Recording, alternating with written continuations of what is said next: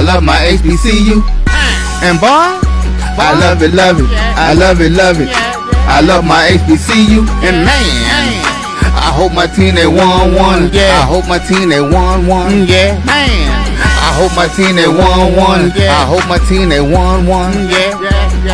I tune into the HBCU Sports Lab to see if my team won or lost. If they lost, I'm quiet as a mouse. But if they won, keep tab. I'ma do the dab, yeah.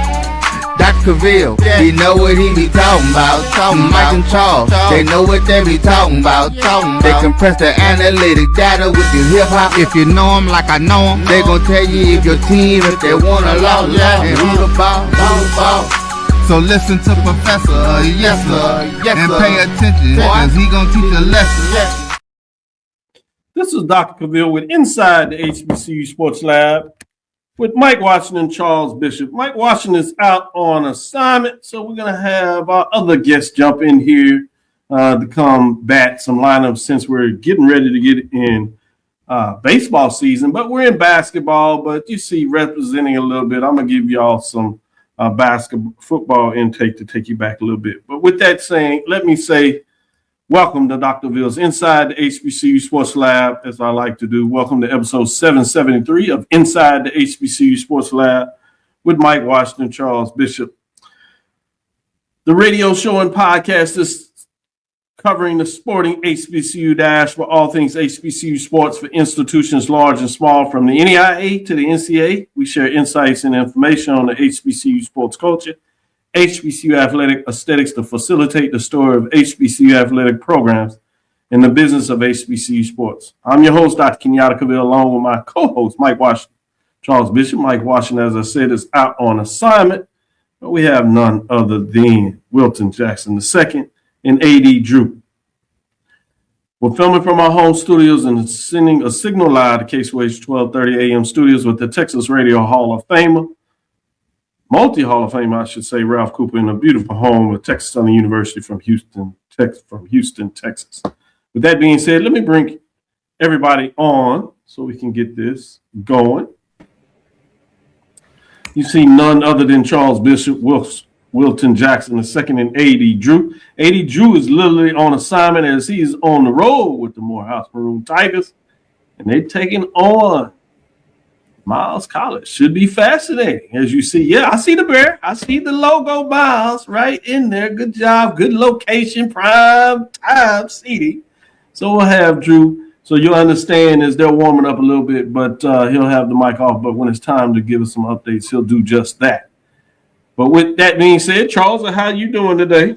I'm doing well, Doc. Doing well. I mean, we're kind of in the thick of basketball season. We got some interesting storylines up and going this upcoming weekend. So looking forward to kind of talking about it a little bit. I like that. Wilton Jackson II, how are you? I am doing good, Doc. Doing good. Glad to be on the show again. And like Charles said, it's the end of January going into February. A lot of big games coming up this weekend. One of them Drew is at right now. He gets the pleasure of sitting and watching. So we'll probably be getting some highlights and some updates from him during that game as well. Makes sense. With that being said, A.D. Drew, how are you? Pleasure will be determined if I win or meet the first of all. Number two, the update won't be rolling because unfortunately we'll be off the air by the time this game is on. But you can always go to morehouseathletics.com and click on the Watch Live link to check out the basketball game. No problem with that. Let me go back to you, gentlemen, as we allow A.D. Drew to move around. Don't you love it when people want to pay you some kudos or love, but you right focused and trying to do your show, and you're like, say, man, I appreciate that, but I'm working. He's like, huh? You don't know whether to cuss them out, say thanks Without fail. I'm just focused on what you're supposed to be doing. Because your mind's everything. Is like, all right, do not slip on this word. Yep. With that being said, we kid everybody because they can. And people do it for the right reason. They want to say hello and acknowledge you, which we certainly appreciate. So that point is not lost on us. As you see, have my cricket celebration bowl shirt on because it's a little cold, 1 and 2. I thought we dive in here and give some love to the Cricket Celebration Bowl. Obviously, Cricket MEAC SWAC Challenge. But I'd be amiss if I didn't do that if I serve on the committee for the Black College Invitational Championship, BCIC. And it is moving forward as they start looking at some teams. It's that time to start sending out them early invitations for teams that are doing well. Mid-major division, like we like to call it, major division. They call it small and large division, if you would, about saying, hey, consider us. If everything don't work out, obviously your first goal is to go to the NCAA tournament. But if that's not the case, we do have a tournament for you to extend your action. So wanted to give a shout out to the Black College Invitational Championship representing on March 25th to 29th. It'll be at Virginia State University Multipurpose Center. Nice facility there. Many people recognize that as one of the best facilities out there, particularly at the Division II level. Some people have used that as their ammunition to say, what is Virginia State waiting on to take their TUS, if you would, to teams and programs to the Division I level FCS. And those same individuals are often ones that are pushing for them to join the MEAC. But that's a whole different conversation. And I don't want to spend more than we have to on that. So I'm going to go to you, Charles. What's some superlatives that you're looking at this week on Thursday, the 29th of January? No doubt. Well, let's take a look at the SWAC Men's Weekly Basketball Honors. As the SWAC is tabbed, Jackson State's Deshaun Ruffin, Bethune-Cookman's Dr. Bradley, and Texas Southern's Troy Humstead as the SWAC Men's Basketball Weekly Awards. Let's take a look at what they did. Deshaun Ruffin, impressive in a pair of games against Florida A&M and Bethune-Cookman, where he averaged 24.5 points per game as Jackson State went 1-1 over the weekend. The impact player of the week was Dr. Bradley. Significant presence on both ends of the floor for Bethune-Cookman this past week as he averaged 18 points per game to go along with 2.5 steals and 1.5 blocks over the past weekend. Newcomer of the week is Troy Humstead from Texas Southern. He helped Texas Southern offensively in both contests. He averaged 13.5 points per game while also contributing 11 rebounds per game. So those were your SWAC weekly honors on the men's side. While I'm doing my little cheat code with the Thursday SWAC women's basketball, I get to watch a little bit on SWAC TV while I scroll and do my ESPN updates. So let me go to Wilton Jackson while I'm doing all that. Mr. Second, Wilton Jackson the second, as they say. How are you doing today, and what are your thoughts in terms of some updates this week? So I'm doing good, Doc. I'm going to get into the men's weekly honors. So we had Norfolk State's guard Anthony McComb III was the player of the week. Howard guard Cedric Taylor III was the defensive player of the week, and Norfolk State guard Adrian Newton was the rookie of the week. McComb III was delivered a standout week, highlighted by a game-high 29 points in a conference victory over Coppin State. He shot 10 of 16 from the field, including 6 3-pointers, while adding 3 rebounds, 6 assists, and 3 steals. McComb also poured in 25 points in a non-conference win over Elizabeth City State, shooting 7 of 11 from the floor and contributing 7 rebounds, 3 assists, and 1 steal. Now, when we talk about Cedric Taylor III, some of us, if not all of us, know who he is because he came from Morehouse. He anchored Howard's defensive effort while also providing offensive production. He grabbed a game-high 13 rebounds with 1 steal in a non-conference win against Morehouse. Against Morgan State, Taylor added 6 rebounds, 2 steals, and 2 blocked shots. Offensively, he posted a double-double against Morehouse with 16 points and 13 rebounds, along with 7 assists, and followed with a 29-point performance versus Morgan State. Newton was efficient in limited minutes, shooting a perfect 3 of 3 from the field, including his long 3-point attempt to score 7 points in a conference win against Coppin State. He also recorded 1 rebound, 3 assists, and 1 steal in 12 minutes of action, and those are your MEAC players of the week. Good stuff, good stuff, good stuff. Hey, Drew, do you want to give some updates for today? First of all, we still giving Cedric Taylor Award based on performance at Morehouse, or at least against Morehouse. We didn't transfer it off. So we got the train right. Just want to put it out there. What I want to talk about, you opened up talking about something happened in Virginia at Virginia State. Well, here's something kind of related to Virginia State. A lot of people may or may not know Virginia State is a land-grant institution. Well, there may become a second land grant institution in Virginia. And the reason this means so much to me is because both of my degrees have to come from land grant.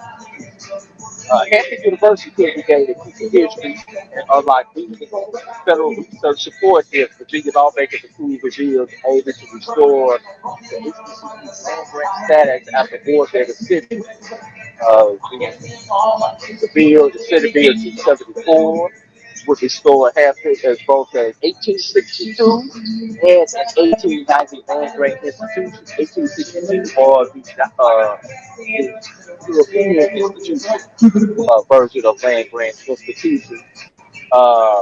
Basically, Hampton was stripped of its land grant status, and they because both Hampton and Virginia State were land grant institutions up until 1920, and the government determined that they could only have one. You have one 1862, which is a white institution in your state, and one 1890 institution, which was a black institution, have land grant status.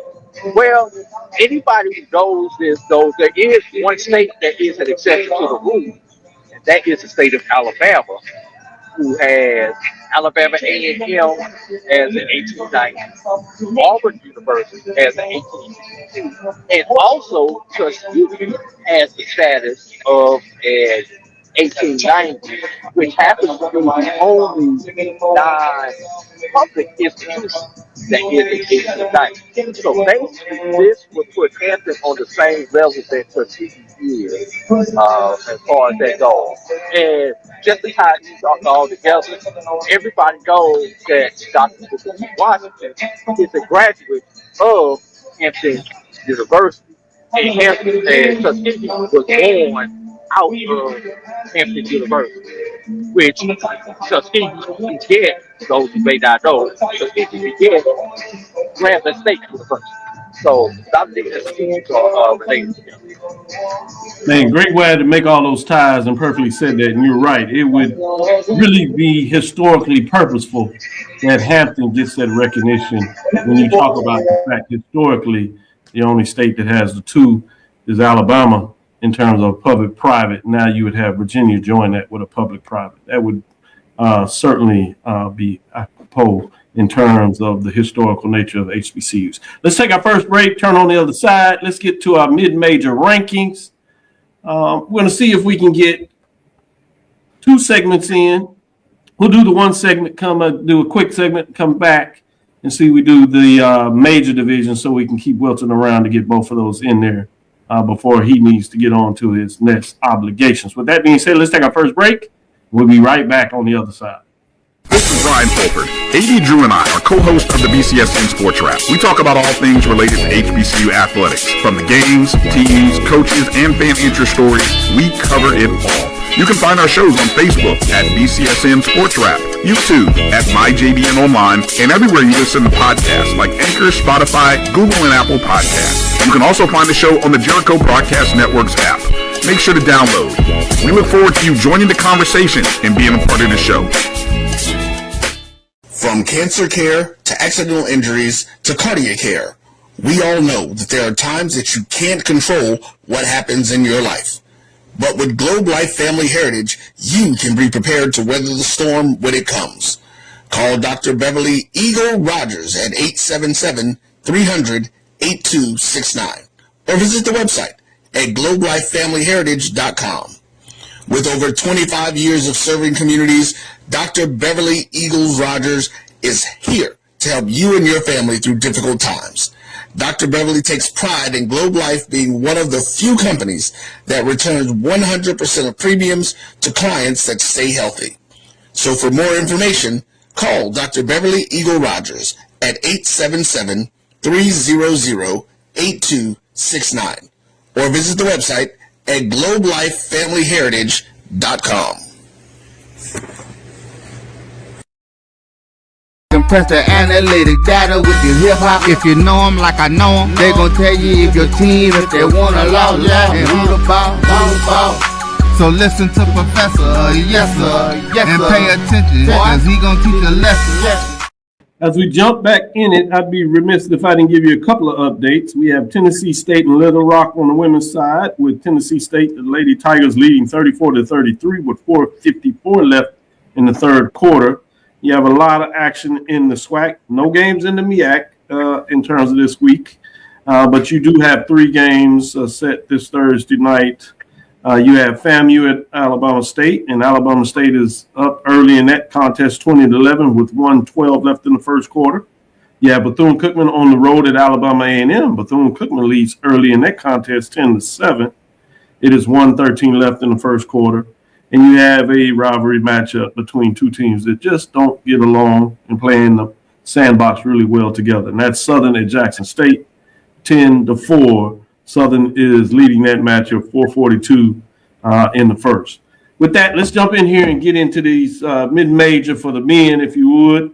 We'll look at the dropping out, if there were any, receiving votes, and then get into the top 5 as we do just that. We see that we don't have any dropping out. So let's get into those receiving votes in terms of what that looks like this week in terms of the matchup. Y'all going mid-base, right? No, that's the other one. You had it right, I think. Oh, that is the major division. Yeah, keep the mid-major. I'm sorry. Let's see if we have it, because I did send 2 versions. It was a second update because I updated. Let's see about receiving votes and see if we have that correct before we proceed. Yeah, that's it. So receiving votes, we have Morehouse Maroon Tigers sitting at 11-7, 11-3. The mid-major level with 32 points. We have Clark Atlanta Panthers right behind them, 12-5 with 9-4 conference record at this point with 24 points. Xavier Rush, receiving votes, they're staying right outside of their top 10, as you see, at 11-5, 8-3. That's them out of the Red River Athletic Conference. You have Stillman Tigers representing the NIA as well. They're at 11-9, 7-2 out of the HBCU AC. And then we go into the Division II out of the CIAA with the Shaw Bears. They're 12-4, 3-4, 13 points in terms of what they're getting done. Let's look at the top 5 on the men's side and see what's going on there. You won't see a lot of changes here. You have a couple of teams that may have flipped this week. We'll see what that looks like and how you think about that. But you do still have the top 5 in some type of order, starting with Philander Smith. The Panthers sit at 13-3, 6-1, 35 points there, as you see. But they remain at the 5th spot, doing just enough to stay in the top 5 position. Really good basketball team, playing some good basketball this year thus far. Let's move out of the NIA programs and go into the Division II, as we have number 4, the Miles Golden Bears, it should be. They sit at 14-4, 12-4, 49 points, as they remain in the 4th spot as they continue to get it done. Moving to number 3, Tuskegee Golden Tigers sit at 14-4, 3-2. 2 first place votes, 54, but they dropped from the 1 spot this week, as some other teams are doing some really good work. They're still solid out of the SIAC, but let's see what your thoughts are as seeing who moved up. Number 2 is none other than Langston Lions, 15-4, 10-3, 3 first place votes, 67 points. They move from the 3rd spot, move up to number 2. We do have a new number 1. New number 1 is out of the CIAA. Virginia Union Panthers sit at 18-3, 7-2 in terms of the work they put in. 5 first place votes. They'll climb 1 spot at 78 to take down the former number 1. So this week, Virginia Union Panthers move up to the number 1 spot, if you would, or jump up there. In week number 4, I want to see what everybody has to say. I'm going to start with Charles because he most facial expressions. Everybody else is cool, calm, and collective. So Charles to see what is on his mind. And I guess the matchup is tonight. I guess with Morehouse and Miles, because I thought that was the one that I was kind of looking at with number 4. I was like, okay, yeah, 14-4, but. And it started making me think, what is the tougher division? Is it top heavy when you look at the SIAC with Miles and Tuskegee, or is it over there in the East with Morehouse, Clark, even Savannah State's sneaky good? But I don't know. I was curious about the number 4 spot. Good stuff. I'm gonna let AD have to pause a little bit because I think I know what direction he's going to. I would certainly like to say the top 2 teams are pretty solid, but I will get a chance to get AD to really break it down. But before I do that, I'm gonna let the other expert here at the mid-major level, Wilton Jackson II, provide his thoughts on the top 5 and then squeeze in his framework on which division out of the SIAC is the toughest and why. So I'm looking at this top 5, and I know it could be a little bit more biased to the fact that I may watch a little bit more SIAC and CIAA versus some of the other smaller conferences, like within Langston and, with Philander Smith. Because number 5, like, I guess in my mind, I'm thinking, like, okay, could we easily we have Miles in here. Could we slightly put Fayetteville State in this mix? Up top 5, and could you argue to put in Morehouse? Now I know, Drew. I know you got your affiliation. So, Wilson, you know my rule. You know my rule. It's not that you can't put those top 5 in there, but if you put them in there, you got to tell us who you're putting out. Yeah, I'm dropping Philander Smith at number 5, and then I would probably drop Langston. So I that's just me. I would drop them all the way out. Yeah, out of the top 5. That's just me. He got no love for the NIA programs. I got you. I mean, 5A, 5B. Nobody agrees with me. It's your top 5. I'm not arguing with you. I'm not saying it's wrong. I just like to see the rationale so we can get the discussion in here and see what our lab listeners think. So I'm gonna say this. I'm not overly concerned about Virginia Union being number 1, but I am concerned with those 2 losses that they've had. But I know that they're gonna bounce back. So I'm good with that. Okay. Tuskegee, I think, is a problem. And again, Morehouse is about to play them coming up. That's going to be the game to watch. That's what me and Eddie were talking about before the show started. Then you look at a Fayetteville State team that's still going to be dangerous. So, I mean, and then we know what Miles is always a team that's in the mix when it comes to the end of the season. So, in my opinion, it's still really up for grabs. But again, I'm probably going to have my eyes a little bit more closer on Virginia Union and Tuskegee for sure, especially Virginia Union because of those 2 losses they just had. Absolutely. Yeah. Good stuff. Let me go to you, AD. Good stuff. Good comments, Wilson. Good comments. Wilson had this when he said dropping Philander and possibly putting the Fayetteville State. And last week when you said removing Langston completely out of the top 5, though. Just want to let you know that. I would put you up until that point, man. I was still ride or die, dog, bro. I saw him. He was shaking his hand and he almost fell off into the stands. Now, I can guys question about that, though. And I'm trying to be as impartial as I can, despite the fact what my chest says. All right. Now, to the positive of what you have over here, Morehouse is a living contributor along with Miles. Thank you. But yesterday, week to week poll got the team. I like these. Miles has lost within the last week. Tuskegee has lost within the last week. Yeah. Morehouse's last loss was in 2025, Dr. Bill. Morehouse owns HBCU and women's team. The longest current win streak in HBCU basketball and or women on any level. Down there in the I think you're leaning. We don't want one this year, we 2 of this year, we 3 of this year, and we're gonna see about 4 this year. Last thing is well, what is that? I think he's with Tuskegee and Miles. The easy for exactly you look at everybody bracket, everybody else is right there. Everybody except for Morehouse, who's perfect. So I think some of those should come off.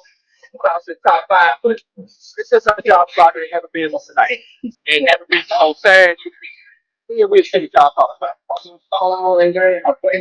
Good points by all of you all. Charles, I think AD did a great job, and Wilton shook his head. So right now, you need to look at the East in terms of deeper, but the tougher teams, at least in terms of a top two race, and from that perspective in the West. Let's take our next break. We'll come back on the other side. We'll get into the major division and take our last break, and we'll talk a little bit about matchups this weekend. We'll be right back after this break.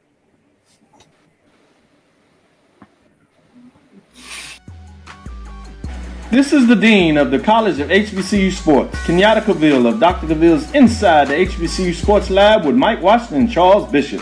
Come mix it up in the lab where the course lecture is in session every Tuesday from 6 o'clock p.m. Central Standard Time on Facebook Live, YouTube Spreaker, or the BCSN app, as we discuss all things about the HBCU sports culture, including exploring the week that was in the sporting HBCU diaspora, as well as the upcoming week of HBCU sports. With me, the Dean, the College of HBCU Sports, on Dr. Cavil's Inside the HBCU Sports Lab with Mike Washington and Charles Bishop.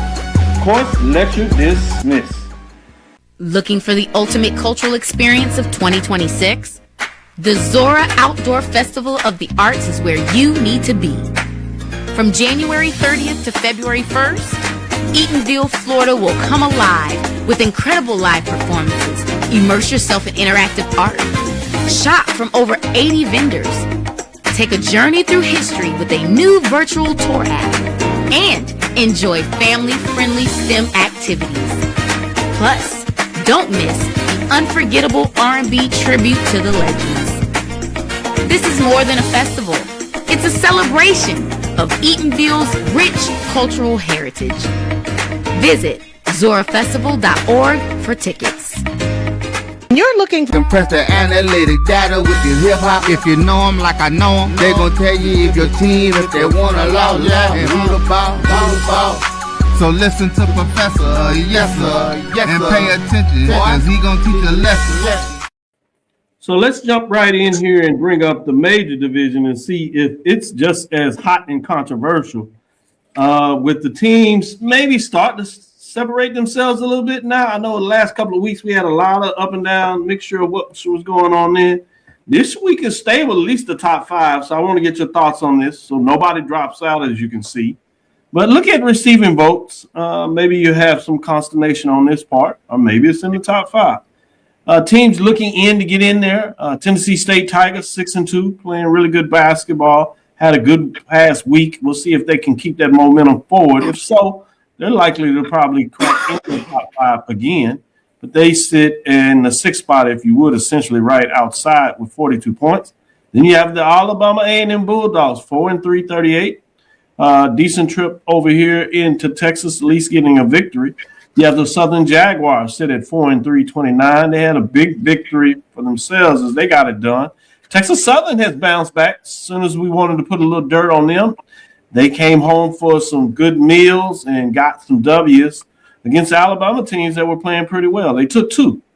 UAPB Golden Lions will not go anywhere. They find a way to stay in the mix.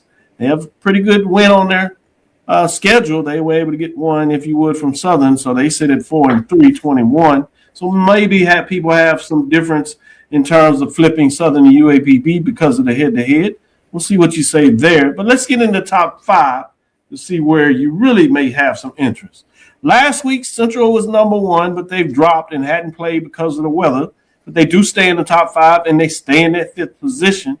North Carolina Central sits at 3-1 in the top five this week with 60 points. Moving to number four, you have Jackson State Tigers. They've woken up, playing some good basketball. Had a tough one in Florida, but they get one or two, a big one against FAMU that was playing really well. They got blew out, if you would, against Bethune-Cookman. It looks like Bethune-Cookman is rounding into shape. We'll see what that means in the poll this week. But Jackson State Tigers sit at 5-2, 7-4, bringing us into number three. And this will be interesting to see if people want to flip these two teams because of the head-to-head, particularly with the road. The FAMU sits in the third spot. No changes here, 5-2. Some people think they should be higher and have a first place vote there, which I'm intrigued in seeing who snuck that in the poll. But it is a pollster, 86 points. Surprising nobody said Jackson State was number one. But see, some people play fair in the sandbox. Number 2, we have Bethune-Cookman Wildcats, 5-2. 4 first place votes as they've climbed a little bit. 103 points. They sit at number 2, but they add a first place vote. Playing really well in terms of what that looks like for them. And they actually sit at 6-1, I should say, holding the number 1 spot in the SWAC with a game separating them between FAMU and Jackson State. Bethune-Cookman does have the head-to-head win over FAMU, even though it's a close contest on the men's side. Bringing us to number 1, Maryland Eastern Shore, still undefeated. We wanted to see that matchup with North Carolina Central to either solidify what we believe they have become this year, or see if Central is the team that is really ascending and taking that. That matchup was taken away from us because of weather, so we'll have to look for it further. But at this time, the number 1 team, as Adu showed you, is the Maryland Eastern Shore. They remain number 1 as they hold on to the number 1 spot. But they have a Bethune-Cookman Wildcat team breathing down the neck. Wilton, I'm going to start with you. You were so kind to stay along with us for this segment. Let me know your thoughts on the top 5.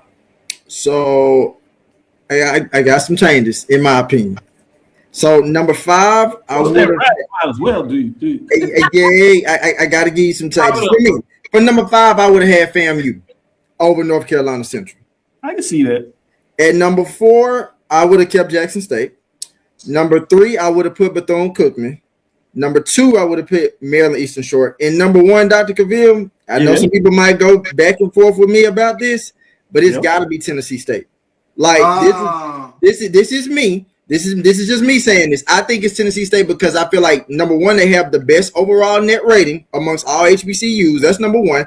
Number 2, they're second place in the OVC right now. I know they don't play a lot of HBCUs, and I know about the loss that they had to Alabama A&M in non-conference. As long as you put that in there. I understand it, but teams get better over time. But overall, when you start looking at, if we collectively using all HBCUs, and Tennessee State is an HBCU, you almost have to give them the number 1 spot in this particular category. Because here's the thing that I pose to all of y'all: are we for sure certain that Maryland Eastern Shore is still going to be number 1 by the end of the season? Will we give the chances of saying Tennessee State won't win the OVC, give them a chance to Maryland Eastern Shore? Boy, these folks want some Wilton. They want some Wilton. Good argument. Only thing I will remind you, Wilton, I think you make great points, but we're not looking and projecting. This is not a projection. I know. Week poll. Now, if you're still saying this week you have Tennessee State number 1, I have no argument. I can appreciate that. I think you still say Tennessee State's number 1. And you made the point that you are aware they lost to Alabama A&M on the road, but you like everything else they've done at this point. So I appreciate that take. Charles, since you were chomping at the bits just a little bit more than AD, I'm going to let you start before I go to AD so we can close out this segment. I think Wilton's on to something with Tennessee State. And they got a great opportunity. They're playing at home this weekend to get to 8-1 or 7-1, I believe, in conference play. But I think they have 2 winnable games. I think they've only lost 1 game at home, if I'm not mistaken. So I was definitely looking for Tennessee State because I got them pulled up here on my big board. So I was like, yeah, we're going to talk a little Tennessee State basketball tonight. And then to not see them, it kind of threw me off a little bit. So now I'm kind of reconfiguring things there, looking at the top 5. But, I was looking for Tennessee State. I think this is a huge weekend for Maryland Eastern Shore, especially taking on Morgan State. That's a game that I'm looking forward to. I know we'll talk about it in this next segment, but I want to see if they're for real because I think at this point in the season, the parity is so good, I can't really separate out teams really well. And I'm really having a difficult time. I mean, I could slide Jackson State anywhere from 2 to 5, but I don't know who they are from week to week because they get a good win against Florida A&M and get blown out by Bethune-Cookman. That just, throws things off for me. And I think the team receiving votes, their guard play has gotten so much better. It's going to be a very interesting weekend with regards to just looking at if Texas Southern can get things up and going. they're gonna be up. They're gonna be in their top 5 the rest of the season because I think they got some things that that really impressed me, especially with the newcomer of the week, Troy Humpstead, what he's able to do, how he's able to control the game, and a guy like Alex Anderson, veteran presence out there on the court, who can really slow things down for them and get them into their offense, and they're starting to get some players back. But right now, I'll go with this. I like these teams. I like what they're doing thus far, but we got some more season to go. AD, I hadn't forgot about you, but we're going to take this quick break. I want to bring your thoughts because you had the most lather up on the next side. I want to take this final break. I do want to say this about Tennessee State. I'll hold it and bring it back. And it's a little bit about that SIU loss on the road. I know it's on the road, but I can't get over that loss. The SIU. They got them coming back up too.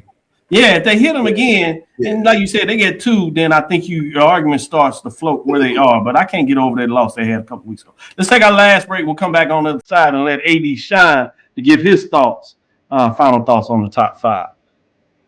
For over 30 years, HBCU Image has been more than just an apparel store. We've been a movement, a statement, a legacy. We celebrate the pride, the purpose, and the culture that make historically black colleges and universities legendary. Whether you're a student or a lifelong supporter, our gear lets you wear your HBCU stories with confidence and style. Because when you wear HBCU Image, you're not just wearing clothes. You're wearing culture. You're wearing pride. You're wearing purpose. HBCU Image, a Kenny T's company. From cancer care to accidental injuries to cardiac care, we all know that there are times that you can't control what happens in your life. But with Globe Life Family Heritage, you can be prepared to weather the storm when it comes. Call Dr. Beverly Eagle Rogers at 877-300-8269 or visit the website at globelifefamilyheritage.com. With over 25 years of serving communities, Dr. Beverly Eagles Rogers is here to help you and your family through difficult times. Dr. Beverly takes pride in Globe Life being one of the few companies that returns 100% of premiums to clients that stay healthy. So for more information, call Dr. Beverly Eagle Rogers at 877-300-8269 or visit the website at globelifefamilyheritage.com. Compress the analytic data with your hip hop. If you know them like I know them, they gon' tell you if your team, if they wanna lose, and who the ball. So listen to Professor, yes sir, and pay attention, cause he gon' teach a lesson. Dr. Bill's inside the HBCU Sports Lab. You know, AD has been a game changer. He's been a team player. You know, Mike is on the road. Sometimes it's Brazil. Sometimes it's Philadelphia. It's cold right now, so I wouldn't be surprised if he found a way to sneak down to Brazil to warm up a little bit.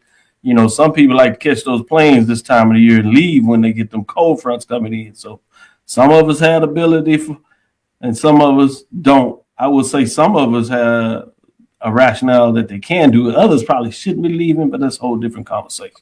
But with that being said, let me go to AD Drew because he's been quintessential to make sure we get it done. I wanted to give him a little bit of his own time since he was making all those faces over there. AD Drew, what's your thoughts on the top 5, in particular those saying that Tennessee State should be number 1? First, I got to start off, and I hate he's not here to hear this, but I'm not saying anything. That's probably good. He won't behind his back that I wouldn't say to him in this place. A snapshot segment of this, you know what I'm saying? Well, I'm not talking about this. Is not Steve Gator, so I got a chance with this. All right, but you know what Wilton sometimes reminds me of? You ever see that nice car on the lot, got the rims, engine purring, and all that stuff? Yes. And then you take it out on the test ride, and the thing don't have no shocks on it. That's what Wilton is with his comments. It look good, and then you go ride and like, nah, I can't do this one no more. But while I do agree, there's a good argument to put Tennessee State in. They can't be number 1, Will, and I'm gonna tell you why. There's only one team up here that you can say and after that first number. And that's Maryland Eastern Shore. That's number 1. Number 2, Everybody else in the top five and in those receiving votes all have that one loss, minimum one loss on their record that we can't get out our mind right now. Jackson State, I can't get Bethune Cookman out my mind. For FAMU, I can't I can't get the Jackson State loss out my mind. So everybody has that loss, Bethune has that loss. Everybody has that loss. Texas Southern has had some bad losses. Everybody's had some great wins.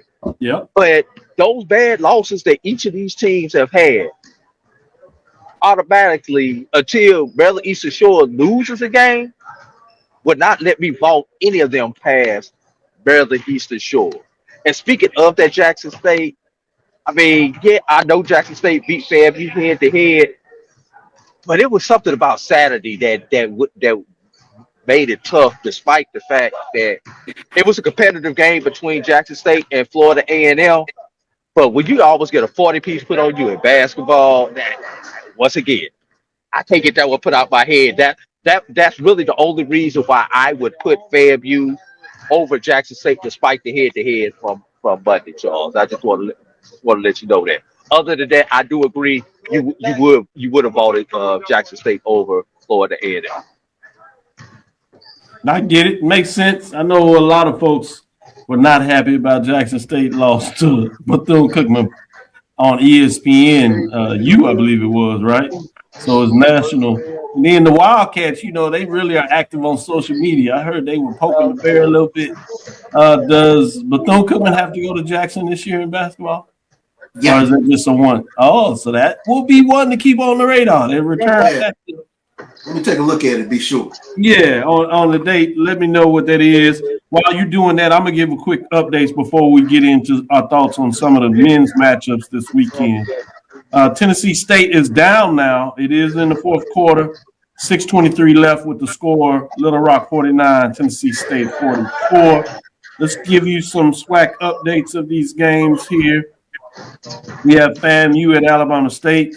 Alabama State is now leading at home 35-25 with 3 seconds right before half.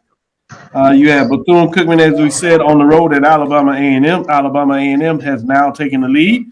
They lead 25-19. Again, it's 25-19. That's right before the half with 12 seconds left. Then you have Southern that is taking a little bit of a lead, commanding lead, if you would, I guess, over Jackson State. It is currently 30-14 with 3:43 left in the second quarter. Be fascinating. Jackson State will continue to push and see if they can have one of those type of comebacks in the second half. That's legendary. With that being said, let's get into some of these men's matchups and see what these gentlemen think as we talk about these games. We're going to start with some major division. Drew, do you have any major division teams that are of interest this week, matchups that catch you up? Obviously, I would be remiss as you are thinking about that if I don't point out that Winston-Salem State women, we talked about that Fayetteville State matchup. Fayetteville State on the men's side first, since we're talking about men's basketball. Boy, they are tomahawking some teams out of CIAA. So they get the win big time over Winston-Salem State. But what really was the notice of for a lot of folks on the women's side is Fayetteville State got it done against Winston-Salem State and gave them a loss, first conference loss, which was fascinating to think about that. With that being said, Drew, a couple of D2 matchups, NIA matchups that we should keep our eyes on, and then I'll come to Charles and see if there's any, if you agree with them or any different ones that you want to keep your eyes on. You on mute, AD. Can I start with my SWAC and my MEAC, since those are the pages that I have up, Dr. Kabir, then I come back to the lower level. In the MEAC, it's got to be Saturday. I just lost my spot. It's got to be Saturday, Norfolk and Howard on the women's side. Norfolk and Howard has to be the premier matchup in the MEAC this particular week of all the games. And looking at the SWAC, I mean, Jackson State Southern. Despite Jackson State's women has not having a tremendous year, but Jackson State Southern get together. Anything, it's one you always have to keep your eye out on. This is the perfect game for a team like Jackson State to rebound against a team like Southern and get their season started. And another game Saturday. FAMU, Alabama A&M, the battle of the 1890s. We start off the show talking about 1890. So what about those two 1890s getting together on Saturday afternoon? So those are the couple of games on the upper division. And while Charles comments, I'll pull up my SIAC and CIAA. I like the ones that you brought up. I'm interested in the FAMU Alabama A&M matchup too. Both teams are playing solidly. FAMU really especially. Both of them want to bounce back from some tough losses on FAMU at home and Alabama A&M on the road. So, Charles, you in agreement, or do you have some different ones at the Division I level, and then we'll come back and attack the mid-majors? Maybe. Yeah, for me, I think this is a good one. Taking a look at Maryland Eastern Shore and Morgan State. That's the one that jumps out for me over there in the MEAC. And we'll see if Norfolk State can get some sort of resurgence going this weekend. North Carolina Central. They need to start, Charles. At some point, it becomes hard other than just making a really big run in the tournament. But in terms of trying to have some influence on the regular season, I like that both of you all pointed to this game in terms of Norfolk. If nothing else, obviously you have the rival between what they've done against each other of commanding the lead the last couple of years. Yeah. And then you push a little further into it in the impact of both teams struggling to some degree.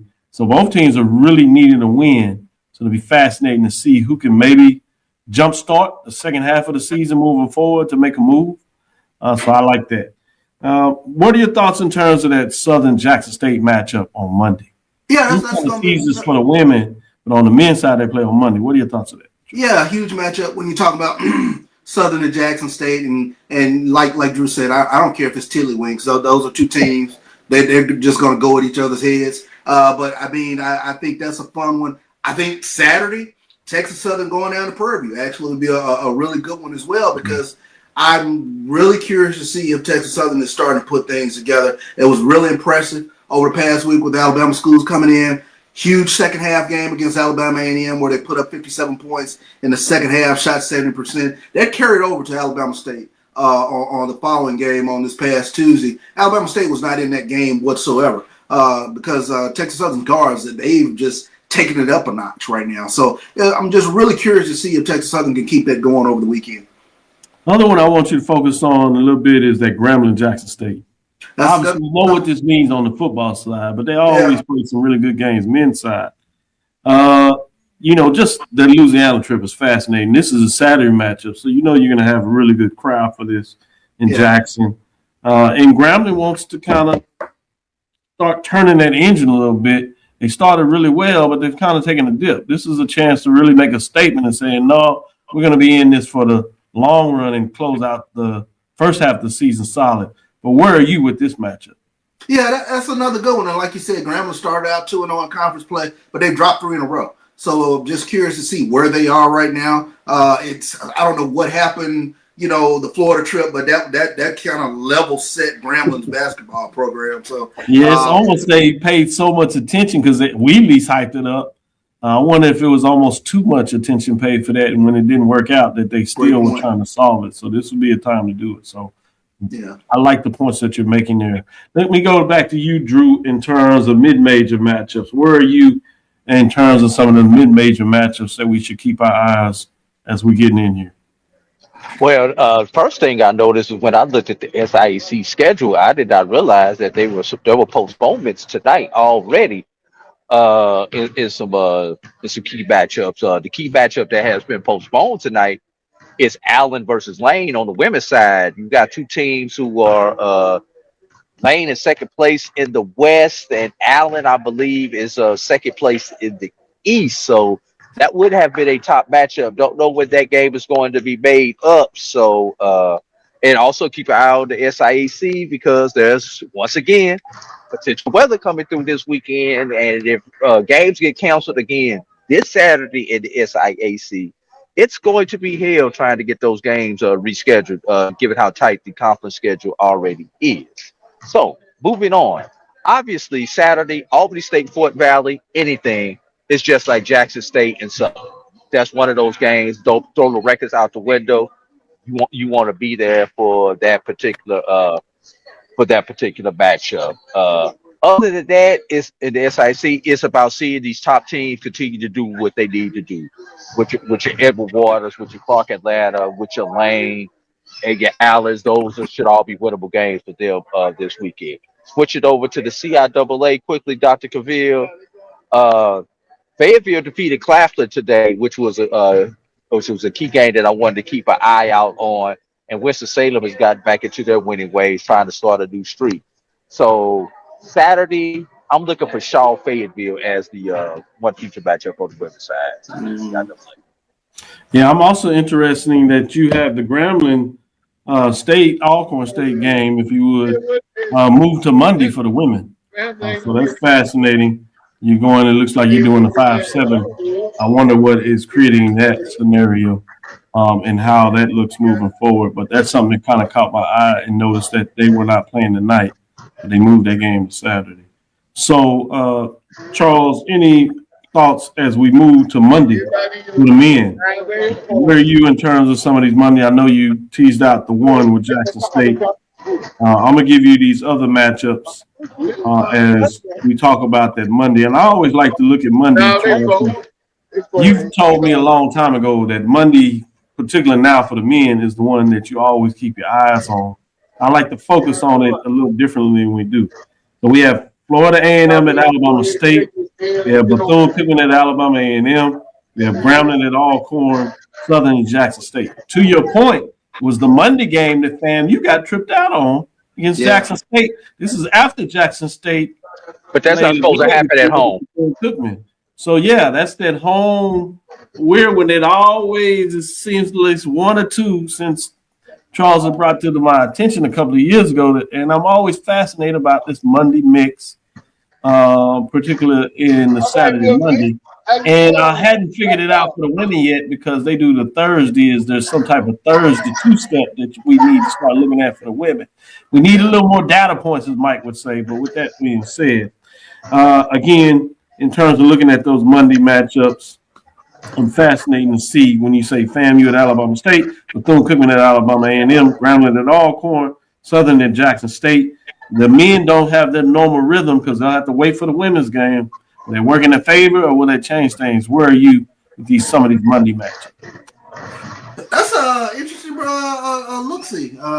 But I think this Monday, Bethune-Cookman at Alabama A&M, I'm really interested to see what might happen in that game. I think you taking a look at a Bethune-Cookman team. This is a huge weekend for them to for me, separate themselves, because right now it seems as though everybody's just right there with Bethune-Cookman. But if they go 2-0 this weekend, I'm very comfortable coming out of that saying, you know what, they're a team to go after now. They have a dynamic team, and who we thought they were in the preseason. Yeah, they started to show it. They stumbled maybe a little early, but they got the wins, most importantly, but close to a lot of folks. Now they seem to be hitting on chord and stretching things out. Got key players back, as we know, and now it seems like there's some rhythm, and you know how challenging it is always to go into Daytona. You add that mix in there. Woo-wee. Drew, let me give you the final thoughts before we shut it down. Yeah, I was looking at the women's schedule, but I was looking at this instead of the men. Obviously, on the men's side, Saturday, Morehouse, Tuskegee. Gotta be the game of the week. If we had a game of the week on a major net or any of the four-letter networks, that would be the game that would be picked up, especially when you're talking about first place versus first place, going heads up. So good call. That's got to be the key marquee game. And just one last one on the men's side. Union gets the benefit because of the schedule swap. They're actually off this weekend, so just get the weekend off. Something that does not happen too often in this in basketball. We actually get a Saturday off. So I hope you can enjoy that. Yeah, good stuff. The one I'm keeping my eyes on is Fayetteville State. They're playing some really good basketball right now on the men's side. So keep your eyes on Fayetteville State as they seem to be turning the switch, much like we see Bethune-Cookman on the major division. That's one to keep your eyes on the mid-major. I love the matchup you said with one-on-one, East-West, in terms of Tuskegee and Morehouse. We know that rivalry on the football field. Now we get to see it translate on the basketball court.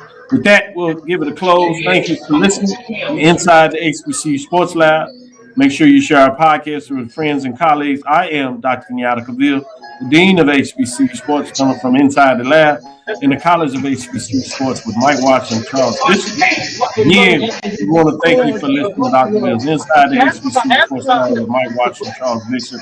Wilton Jackson is second, giving us some time, and A.D. Drew always coming in on the cut, even when he's doing double duty on the road there in Fairfield, Birmingham greater area for the SIAC matchup with Morehouse Miles. You guys on that. We join you every Tuesday and Thursday at 6 o'clock Central Standard Time. We look forward to next week as we discuss the latest news in the lab. Follow me, Dr. Kenyatta Cavil, that's Kenyatta and Threads, Facebook, and Instagram.